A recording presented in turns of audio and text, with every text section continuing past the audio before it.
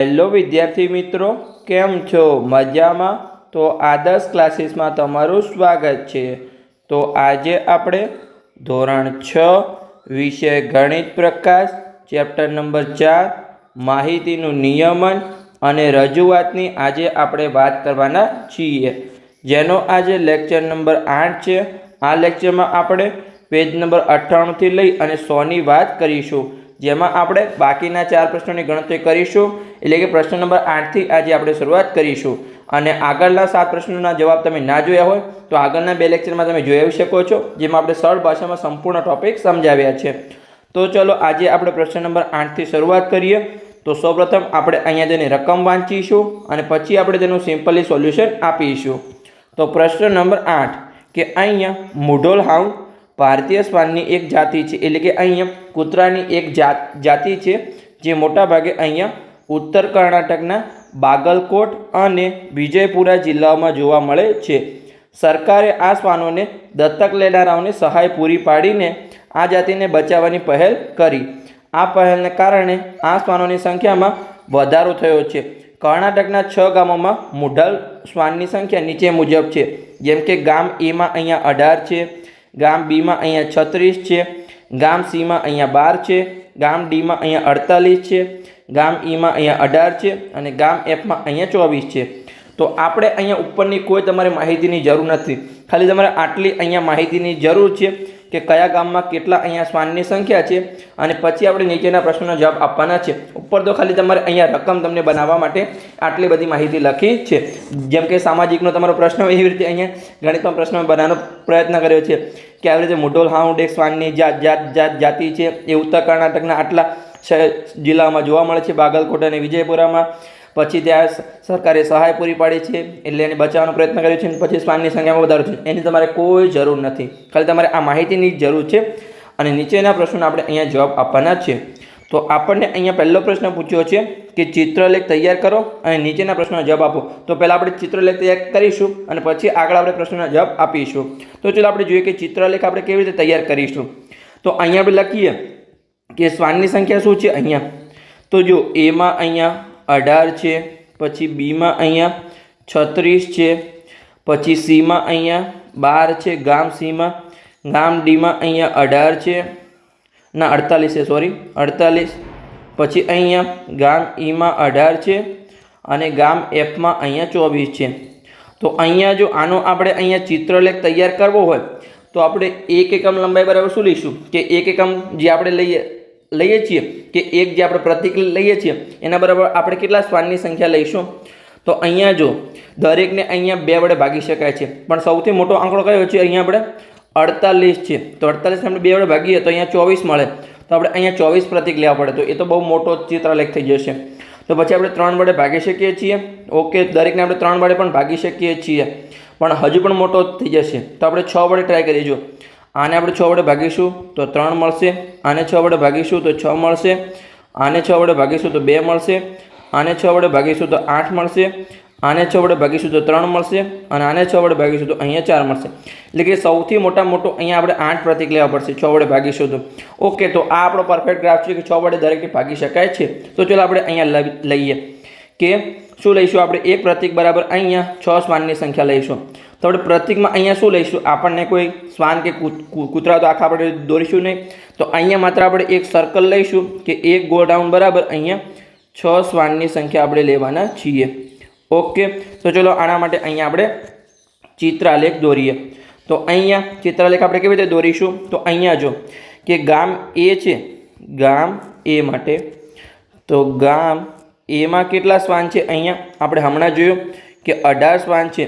તો જો એક જે ગોળ સર્કલ છે બરાબર 6 શ્વાન હોય તો 18 શ્વાન માટે આપણે કેટલા અહીંયા ગોળ રાઉન્ડ દોરવા પડે? અહીંયા તો અહીંયા આપણે દોરવા પડશે ટોટલ 3 ગોળ રાઉન્ડ. તો ચાલો આપણે દોરીએ. અહીંયા તો 1, પછી આ 2 અને આ 3, 18 ભાગ્યા 6 તો થઈ ગયા. પછી આપણે જોઈએ અહીંયા, ચલો પહેલાં આપણે ગામના નામ લખી દઈએ. અહીંયા કે ગામ એ, પછી ગામ બી, પછી અહીંયા ગામ સી, પછી અહીંયા ગામ ડી, પછી ગામ ઈ, પછી આપણે લખીશું અહીંયા, ચલો એફ માટે જગ્યા નથી તો આપણે થોડું આને અહીંયા ઉપર લઈ જઈએ તો આપણા માટે અહીંયા એફ માટે જગ્યા થઈ જાય થોડી, અને અહીંયા ગામ એફ. ઓકે, આવી ગયા. તો ચલો હવે માટે આપણે દરેક માટે અહીંયા સર્કલ દોરીએ.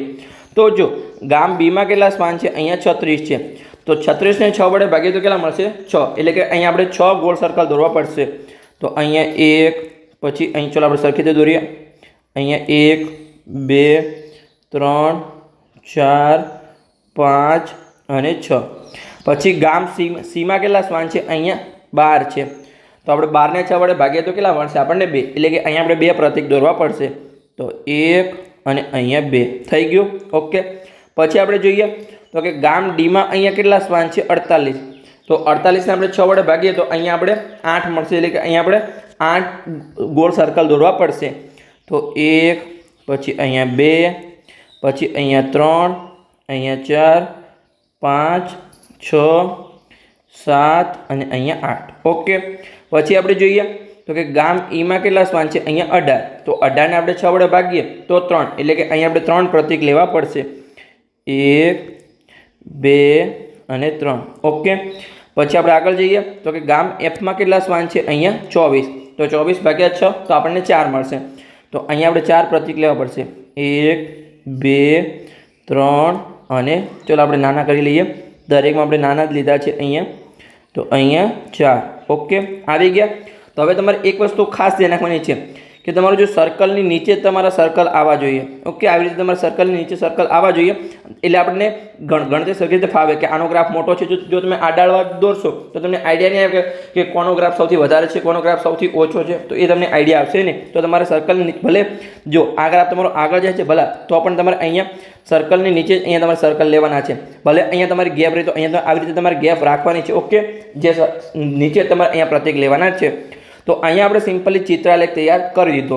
તો હવે શું આપણને કીધું છે કે નીચેના પ્રશ્નોના જવાબ આપો. તો પ્રશ્નો ક્યાં છે? તો આ રહ્યા સિમ્પલી તમારા પ્રશ્નો. તો ચલો આપણે અહીંયા લખીએ કે આ ચિત્રાલેખ દોરવા માટે ઉપયોગી પ્રમાણ માપ અને કયા ચિહ્નનો તમે ઉપયોગ કર્યો છે અથવા કયું ચિહ્ન હશે તો એ આપણે અહીંયા લખવાનું છે. તો આપણે શું કર્યું અહીંયા પ્રમાણ માપ કે એક સર્કલ બરાબર અહીંયા આપણે શું લીધું છે? 6 શ્વાનની સંખ્યા લીધી છે. તો એ આપણું અહીંયા પ્રમાણ માપ છે. ઓકે, આઈડિયા આવી ગયો. પછી આપણે બીજા પ્રશ્નનો જવાબ આપીએ કે ગામ બીમાં શ્વાનોનું પ્રતિનિધિત્વ કરવા માટે તમે કેટલા પ્રતીકનો ઉપયોગ કરશો? તો આપણે કેટલા પ્રતીકનો ઉપયોગ કર્યો ગામ બીમાં? તો ગણો 1 2 3 4 5 અને 6. તો અહીંયા આપણે 6 પ્રતીકનો ઉપયોગ કર્યો. તો અહીંયા આપણે લખીશું કે ટોટલ 6 પ્રતીકનો ઉપયોગ કર્યો. પછી આપણે જોઈએ પ્રશ્ન સી.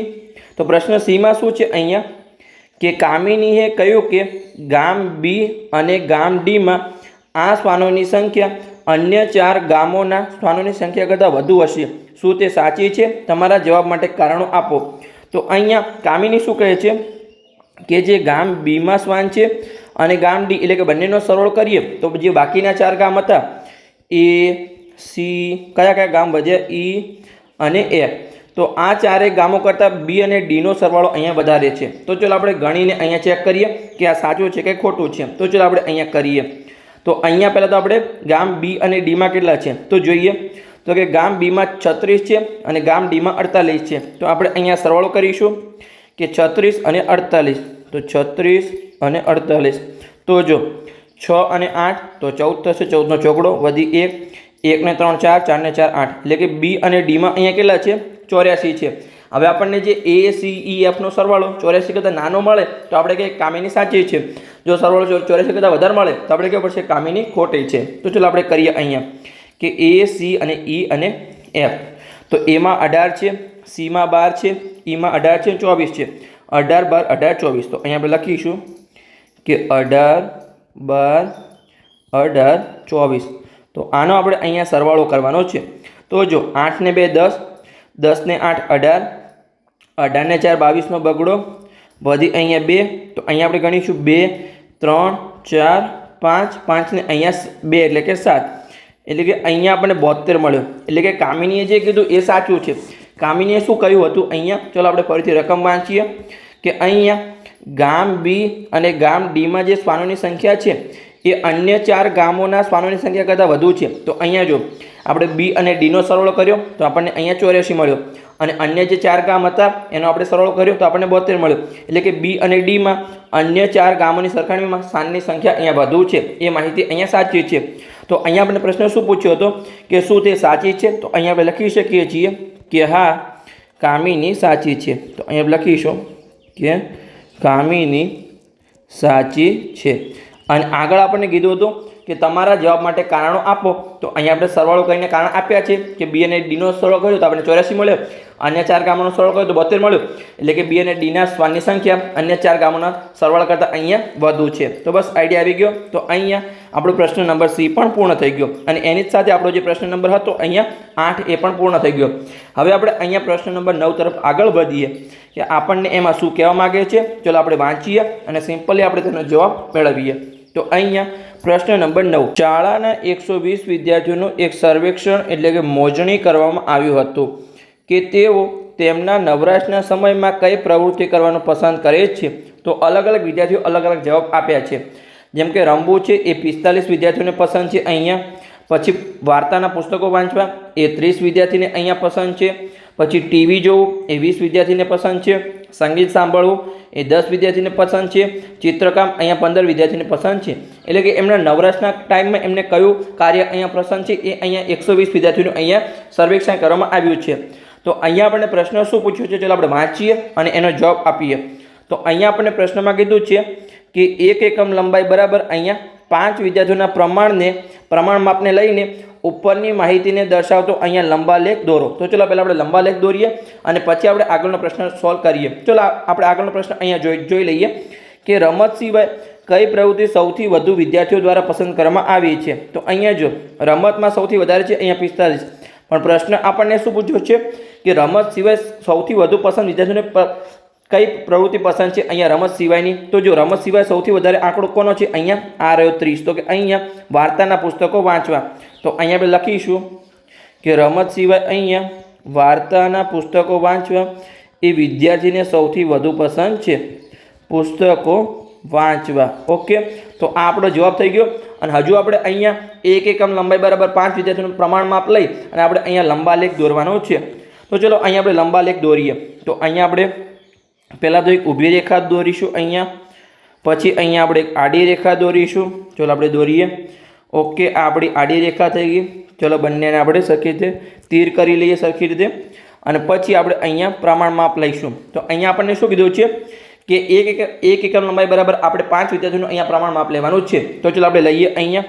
તો અહીંયા આપણે શરૂઆત કરીશું 0 થી। તો અહીંયા આપણે 0 લઈશું અને 5 5 અહીંયા આપણે લઈએ। તો 0, પછી અહીંયા 5, પછી અહીંયા 10, પછી અહીંયા આપણે લઈશું 15, પછી અહીંયા લઈશું 20, આગળ આપણે જઈએ તો અહીંયા લઈશું 25, અહીંયા આપણે લઈશું 30, આગળ ચલો આપણે થોડી ગેપ નાની રાખી, ચલો સરખી રીતે રાખીએ, દરેકમાં સરખી ગેપ રાખવાનો અહીંયા આપણે પ્રયત્ન કરીએ।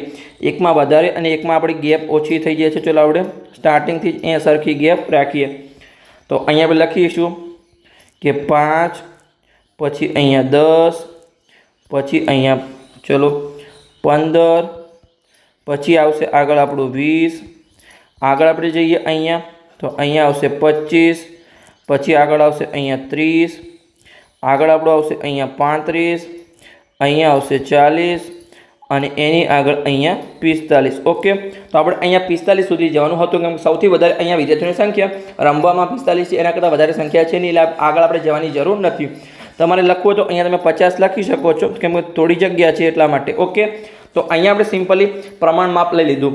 તો હવે અહીંયા આપણે શું લઈશું કે આ પ્રમાણ માપમાં આપણે શું લીધું છે, વિદ્યાર્થીઓની સંખ્યા લીધી છે। તો અહીંયા તમે પાછળ અહીંયા લખી શકો છો કે આ શું છે, અહીંયા વિદ્યાર્થીઓની સંખ્યા છે। તો અહીંયા આપણે લખીશું કે વિદ્યાર્થીઓની સંખ્યા, ચલો આપણે લખી દઈએ વિદ્યાર્થીઓની સંખ્યા। ઓકે, લખાઈ ગઈ। અને આપણે અહીંયા નીચે શું લઈશું કે શું આપણું છે અહીંયા પ્રાધાન્યવાળી ક્રિયા। તો અહીંયા આપણે નીચે લખીશું કે પ્રાધાન્યવાળી ક્રિયા। ઓકે, તો જો ચલો હવે આપણે લંબાલેખ દોરવાની અહીંયા શરૂઆત કરીએ। તો સૌથી પહેલો લંબાલેખ કોનો આવશે, અહીંયા રમવું। તો એમાં કેટલા વિદ્યાર્થીઓને પસંદ છે, અહીંયા 45। તો અહીંયા આપણે લંબાલેખની 45 સુધી જવું પડશે। તો અહીંયા 45 क्या है अपना लंबा लेख में आ रहा अपना 45। तो चलो आप दौरीए अँ सरखी रीते। तो अँ आप दौरवानो प्रयत्न करिए। चलो ओके। तो आपणो अँ ग्राफ आवी जशे। चलो आप अँ लंबा लेख दौरी दीधो। तो जे आपणी लाइन हती एने आपणे निकाली दईए अने आनी अंदर आपणे लखीए कि शुं पसंद है। अँ रमवू ए 45 विद्यार्थीओने पसंद है। तो आपणे अंदर ज लखी दीधुं रमवू। पछी आपणे जोईए कि बीजुं शुं छे। अँ वार्ताना पुस्तकों वाँचवू ए बीजा नंबरे छे, पण केटला विद्यार्थीओने अँ पसंद है। तो 30 विद्यार्थीओने अँ पसंद है वार्ताना पुस्तकों वाँचवा। तो आपणे 30 सुधी जवुं पड़शे। तो चलो आपणे करीए अँ। तो 30 क्या है आ रह्युं 30। तो चलो आपणे एनो अँ ग्राफ दौरीए। ओके। तो चलो आप सरखो अँ ग्राफ दौरवानो प्रयत्न करिए। तो अँ आप लाइन कर दईशू। थी गई। तो आप ऊपर लाइन रिमूव कर दईए और अँ आप हवे जग्या अंदर लखाशे नहीं वार्ताना पुस्तकों वाँचवा। तो अँ आप बहार लखीशू। शू लखीशू अँ के वार्ताना पुस्तकों वाँचवा, केम के अंदर आपणा माटे जग्या छे नहीं। तो आपणे अँ ऊपर लखी दीधुं। पछी आपणे जोईए आगळ कयो ग्राफ छे अँ। तो टीवी जोवुं ए केटला विद्यार्थीओने अँ पसंद है। तो 20 विद्यार्थीओने अँ टीवी जोवुं पसंद है। तो आपणे अँ 20 सुधी लंबा लेखने लई जवुं पड़शे। तो 20 क्या है आ रह्या 20। तो चलो आपणे एनो अँ लंबा लेख तैयार करवानो प्रयत्न करिए। ओके। चलो आपणे सरखी रीते थोड़ुं अँ दूर लईए। ओके। तो आ आपणुं आवी गयुं अँ परफेक्ट। तो चलो आपणे जे लाइन हती एने रिमूव करिए अने अँ आपणे लखीशुं कि आ 20 विद्यार्थीओने शुं पसंद है अँ टीवी जोवुं। तो अँ टीवी जो एनो पण आपणो लंबा लेख तैयार थई गयो। पछी आपणे जोईए कि आगळ शुं छे अँ संगीत सांभळवुं। तो ए केटला विद्यार्थीने अँ पसंद है 10 विद्यार्थीने अँ संगीत सांभळवुं पसंद है। तो अँ लंबा लेख 10 सुधी आवशे। तो 10 क्या है आ रह्या। तो अँ आपणे आटला सुधी अँ लंबा लेख दौरवानो छे। तो चलो अँ आपणे दौरवानो प्रयत्न करिए सरखी रीते। ओके। आ आपणो अँ लंबा लेख आवी गयो। चलो आने आपणे रिमूव करिए अने अहीं आपणे लखीशुं कि संगीत ने सांभळवुं। संगीत सांभळवुं। ओके। तो एनो पण आपणो अहींया लंबा लेख तैयार थई गयो। पछी शुं छे अहींया सौथी छेल्लुं काम छे अहींया चित्रकाम। ए केटला विद्यार्थीने अहींया पसंद छे। तो 15 विद्यार्थीओने अहींया चित्रकाम पसंद छे। तो आपणे अहींया 15 सुधी जवुं पड़शे। तो 15 क्या छे आ रह्या जो आटला सुधी अहींया आपणे जवानुं छे। तो चलो आपणे एनो अहींया लंबा लेख दौरीए।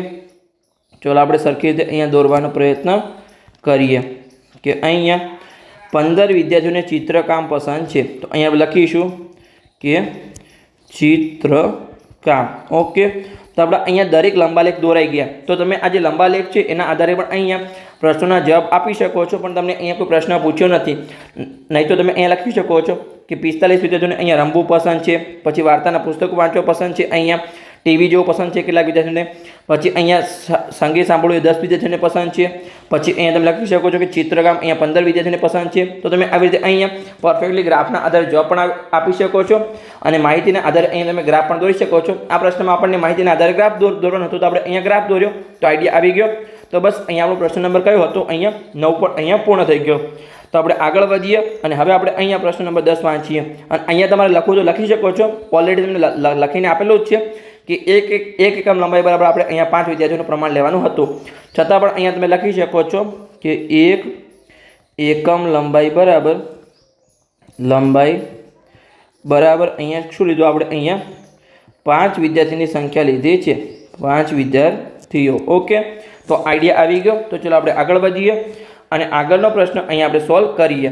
तो प्रश्न नंबर 10 एमां आपणे शुं आपेलुं छे, चलो आपणे रकम वांचीए अने सिम्पली आपणे तेनुं सोल्यूशन मेळवीए।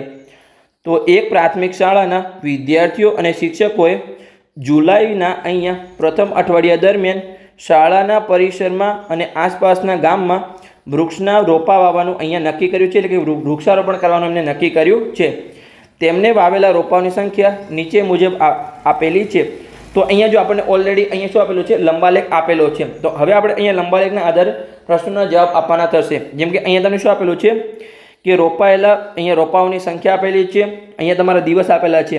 जेम के सोमवारे शुं छे अहींया 50 થી 60 नी वच्चे रोपा छे, मंगळवारे तो एक्जेक्ट अहींया 40 छे, बुधवारे अहींया एक्जेक्ट 30 छे, पछी आगळ जईए गुरुवारे एक्जेक्ट 40 छे, पछी शुक्रवारे केटला छे अहींया 50 छे, શનિવારે અહીંયા કેટલા છે 60 છે, પછી અહીંયા રવિવારે કેટલા છે અહીંયા 40 છે, તો સોમવારે આપણે કેટલા લઈશું? ચલો, જો આપણને 50 ની 60 ની વચ્ચે પણ નથી, થોડું અહીંયા 50 ની નજીક છે, તો આપણે 55 પણ નહીં લઈ શકીએ. ચલો અહીંયા આપણે 52 લઈએ. ઓકે, ચલો 52. ઓકે, તો આપણે દરેક દિવસમાં કેટલા રોપા અહીંયા વૃક્ષારોપણ કર્યું છે અને એની આપણને અહીંયા સંખ્યા મળી ગઈ. તો આપણને જે નીચે પ્રશ્નો આપેલા છે એના આપણે સિમ્પલી અહીંયા જવાબ આપી શકીશું. તો ચલો આપણે પ્રશ્ન જોઈએ હવે કે શું પ્રશ્ન આપેલા છે. તો પહેલો પ્રશ્ન આપણને અહીંયા આપેલો છે કે બુધવારે અને ગુરુવારે રોપાયેલા રોપાઓની કુલ સંખ્યા કેટલી છે? તો બુધવારનો અને ગુરુવારનો આપણે અહીંયા સરવાળો કરવાનો છે. તો બુધવારે કેટલા છે અહીંયા? ચલો આપણે જોઈએ. તો કે બુધવારે અહીંયા 30 છે, ગુરુવારે કેટલા છે? અહીંયા 40 છે. તો 30 અને 40 કેટલા થાય? અહીંયા 70. તો અહીંયા આપણે લખીશું કે 70 રોપા બુધવારે અને ગુરુવારે રોપાયેલા કુલ ટોટલ છે બંનેનો સરવાળો કરીને. ઓકે, આઈડિયા આવી ગયો. પછી આપણે બીજો પ્રશ્ન જોઈએ અહીંયા કે આખા અઠવાડિયા દરમિયાન રોપાયેલા કુલ રોપાઓની સંખ્યા કેટલી છે અહીંયા? તો આપણે અઠવાડિયાના ગણવાના છે. તો ચલો આપણે ગણીએ અહીંયા. તો પહેલાં આપણે એકમનો અંક ગણીએ. જો તો અહીંયા પણ 0 0 0 0, ખાલી અહીંયા સોમવારમાં 2 છે, તો અહીંયા આપણે 2 લખીશું. પછી આપણે દશકના અંકનો સરળ કરીએ. તો અહીંયા 4, 4 ને 6 અહીંયા 10, 10 ને 5 15, 15 ને 4 અહીંયા 19, 19 ને 3 22, 22 ને 4 અહીંયા 26, 26 ને 5 અહીંયા 31. તો અહીંયા આપણે 31 મળ્યા. તો ટોટલ રોપાની સંખ્યા આપણને 312 મળી. તમારે સરવાળો કરવો તો કરી શકો છો. તમારે સિમ્પલી આવી રીતે તમારે અહીંયા સંખ્યા લખ્યા વગર પણ તમે મારી જેમ અહીંયા સરવાળો કરી શકો છો કે પહેલાં આપણે એકમના અંકનો સરવાળો કર્યો, એકમનો અંક લખ્યો, પછી આપણે દશકના અંકનો સરવાળો કર્યો અને દશકનો અંક લખ્યો, તો આપણને અહીંયા 312 રોપા મળી ગયા. તમે અહીંયા સરવાળો કરશો તો પણ તમને 312 જ મળશે. તો ચલો આપણે અહીંયા જવાબ લખી દઈએ કે 312 કુલ રોપા અઠવાડિયાના છે. પછી આપણે જોઈએ અહીંયા પ્રશ્ન નંબર સી કે સૌથી વધુ રોપા ખાલી જગ્યા વારે રોપવામાં આવ્યા હતા અને સૌથી ઓછા રોપા ખાલી જગ્યા વારે રોપવામાં આવ્યા હતા. તો જો સૌથી ઊંચો ગ્રાફ કોનો છે? અહીંયા તમે જો શનિવારનો ગ્રાફ સૌથી ઊંચો છે અને કેટલા રોપા છે? અહીંયા ટોટલ 60 રોપા છે. અને સૌથી નીચો ગ્રાફ કોનો છે? અહીંયા બુધવારનો છે અને એમાં કેટલા રોપા છે? 30. તો અહીંયા લખીશું કે સૌથી વધારેમાં શનિવાર અને ઓછામાં અહીંયા બુધવાર. તો અહીંયા સૌથી વધારેમાં આવશે શનિવારે અને સૌથી ઓછામાં આવશે અહીંયા બુધવારે. ઓકે, તો બંનેના જવાબ આપણને મળી ગયા.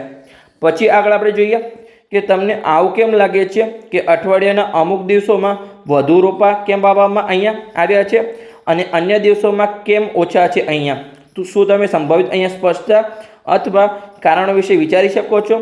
તમે તમારી સ્પષ્ટતા સાચી છે કે કેમ એ કેવી રીતે અહીંયા શોધવાનો પ્રયત્ન કરી શકો છો? હવે આપણને એવો પ્રશ્ન પૂછ્યો છે અહીંયા કે કેમ કોઈ દિવસ અહીંયા વધારે, જેમ કે શનિવારે અહીંયા 60 રોપા છે, તો બુધવારે કેમ 30 છે, અહીંયા એક દિવસ ઓછા ને એક દિવસ વધારે કેમ છે? એનું તમે કોઈ કારણ આપી શકો છો? હવે આપણને કારણ આનો કોઈ જાણવા મળે નહીં, કેમ કે તમે અહીંયા કહી શકો છો કે કોઈ દિવસ તમારી અડધી સ્કૂલ હતી, કોઈ દિવસ રજા હતી, અથવા કોઈ દિવસ વિદ્યાર્થીઓને કામ કરવાનો ઉત્સાહ સારો હતો, કોઈ દિવસ શિક્ષકને કોઈ દિવસ વરસાદ આવ્યો એટલે ઓછા રોપા. તમે અહીંયા કંઈ પણ કારણ તમારું લખીશું તમારી ભાષામાં, કેમ કે આપણને તો કોઈ આઈડિયા આવે નહીં કે કેમ એક દિવસ ઓછા છે ને એક દિવસ વધારે છે. તમારે જે પણ મનમાં કારણ આવે એ તમારે અહીંયા જાતે લખી દેવાનું છે. બસ, તો આ પ્રશ્ન આપણો પૂર્ણ થઈ ગયો.